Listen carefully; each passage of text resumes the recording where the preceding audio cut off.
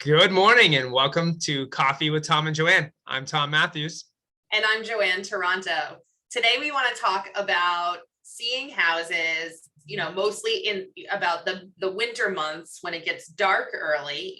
We finish up with work and it's dark, and seeing houses during that time frame. And what are some of the things and strategies that we have for looking at homes in the dark? So Tom, why don't you kick it off with, what to expect when you arrive to a home and it's dark out?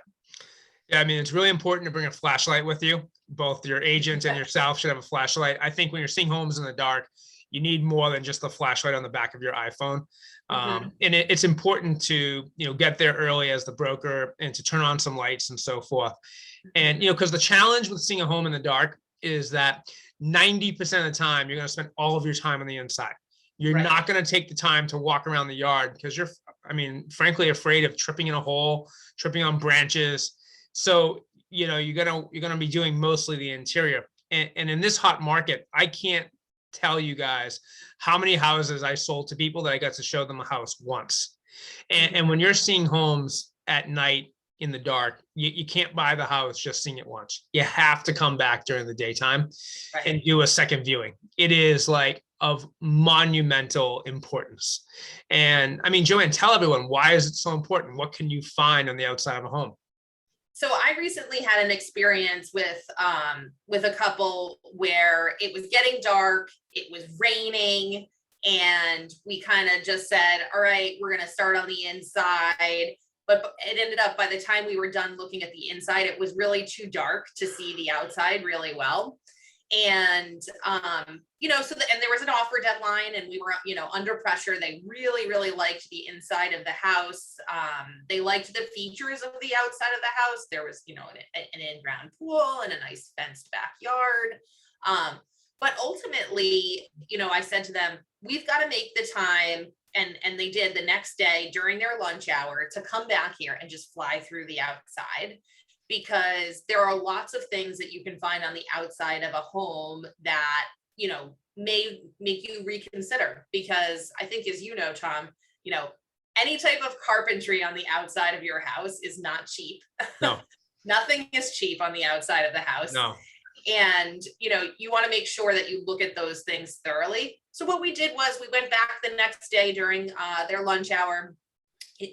30 minutes is more than enough to see the outside of a home. We took a couple of laps around the outside, walked around to the back of the property, took a look at the roof, and ultimately this couple did move forward with making an offer.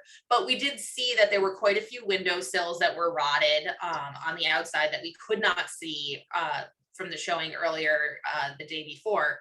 And so, we just wanted to factor that into expectations, because we don't want somebody to get to a home inspection and say, oh my gosh, there are 7 windowsills that need to be replaced. And while it's not a huge project, it's not inexpensive to have a carpenter come out and do that type of work. So what kinds of things have you seen, Tom? I've seen crazy stuff, Joanne. And my bigger fear too is that we're in a marketplace here in the greater Boston area where buyers are feeling the pressure to waive their home inspection.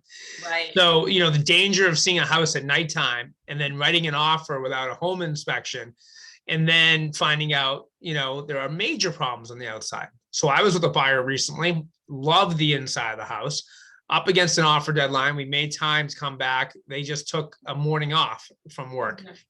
And for the buyers out there, you got to understand, it is so critically important to carve the time and make buying this home a priority. Right. Because we went back, the house was built in the 1980s and they're like thrilled. And what we found was that the outside of the home, the siding was made out of a particle board material that had not been able to weather or withstand the test of time. And what we found was that the particle board was all rotted. And literally, I put my finger up against some of the siding and my finger went through it. And the buyer said, well, that's not a big deal. We can replace some of the boards. I'm like, not with this stuff, guys. With this stuff, you're going to have to take it. At this point, it's destroyed. So you have to take it down. They're like, what do you think it will be to side the house? I'm like, I don't know, 30 grand. And they're like, 30 grand. Like, in this market, this house is already going to be the highest sale in the neighborhood.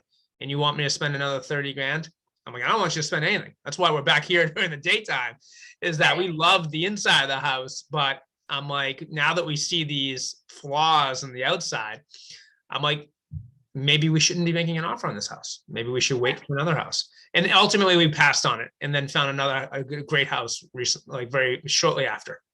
And I think you want to think about, return on investment. So I think that putting some money into a house is not, it's not a bad thing. You don't have to look for houses that don't need any work, because I don't think those really exist. Right. But, you want to think about the things that you're putting your money into, because, one thing that most people want to do is they want to get in, they want to paint the inside of the house, they want to make it their own. And that's not inexpensive in and of itself. Right. But then you don't want to throw on, an unexpected cost of, $30,000 or $50,000 for siding and wood rot repair, that there really isn't a high return on investment. It's great for curb appeal. The outside of the house will look great, but it's one of those intangible projects that people just expect the siding to not be rotted or falling off or wet. Yeah, people don't care about roofs, siding, and boilers.